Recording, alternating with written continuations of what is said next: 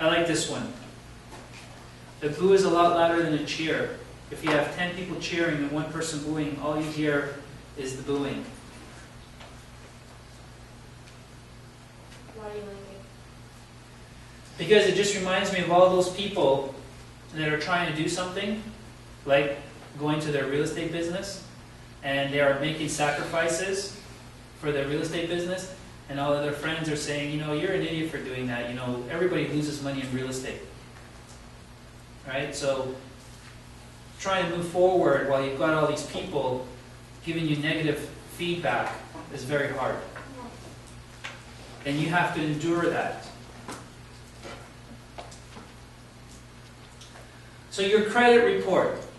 Who here has checked their credit report for accuracy? Okay? I just mailed today.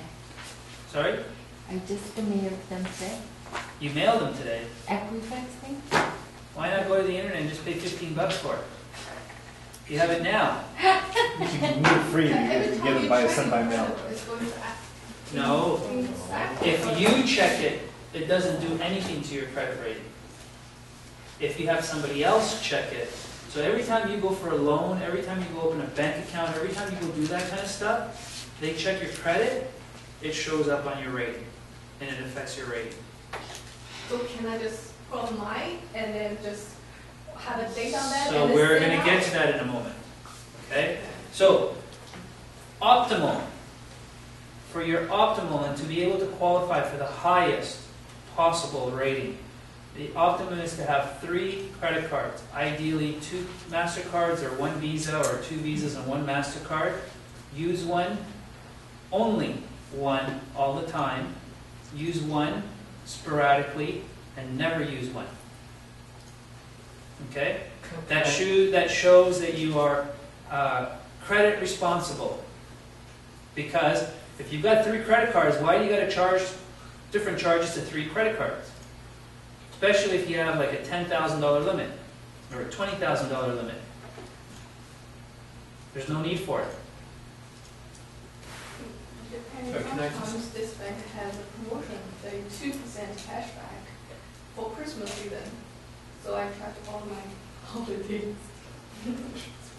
Look, I'm telling you what Optimum is. Okay? Again, you're trying to bring me into your... Okay. I'm telling you what Optimum is. You do what you want to do. Julian, I think you had a question. Yeah, you mentioned, I think, earlier, like a couple of months ago, about the Visa and MasterCard. Am I right in saying you said you get better credit rating with Visa? Oh, I don't know.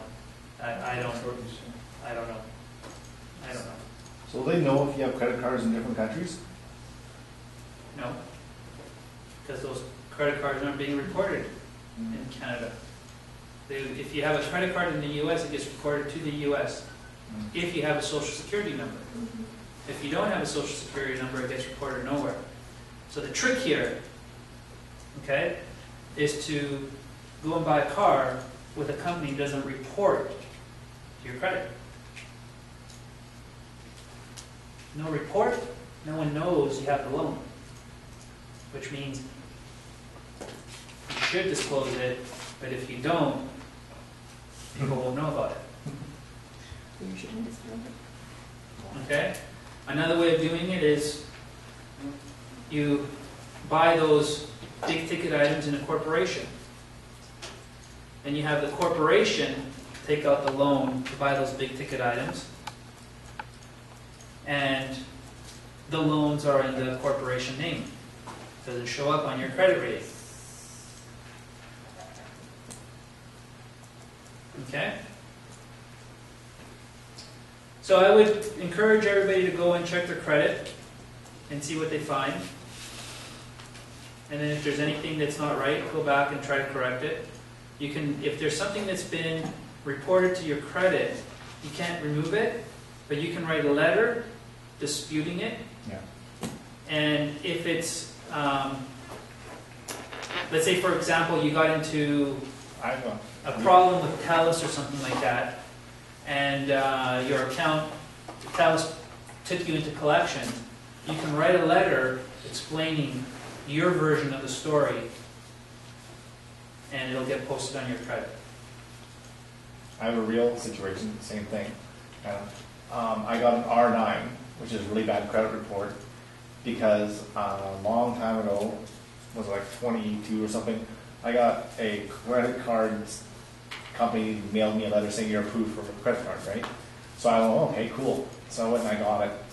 And it was for $500, but I had to put $500 down on it in order to get a $500 credit. So I ended up racking up that $500 eventually and then telling them to keep the $500 as, because I want to close the card. But there was interest charges on that, and I didn't know about that. And I moved from that address, and that's why I got an R9, over like $15 of interest or whatever it was. It was really low. So Yeah, but that should not be on your credit anymore. Yeah, because I did exactly what you just said. I sent a letter to them explaining that I even paid the interest, like 5 years later. So that was all. Every 6 years, everything on your credit rating falls off. Yeah. Every 6 years. But at the time, I was trying to get a mortgage for my house, and it was coming up over something so simple. Yeah, I'm not sure about that. I mean, yeah. You know, All they see is I have lenders understand stupid things like that. Over $15, it's highly unlikely that you're going to be declined for a loan because you had this blemish on your credit, 5 years ago over $15. They're looking for your credit worthiness. So, if you've got, 5, 6 things that are being revolving on your credit, and you've got this one $15 blemish, as long as the other ones are all perfect, they're really not going to be too concerned about it. Yeah. Okay?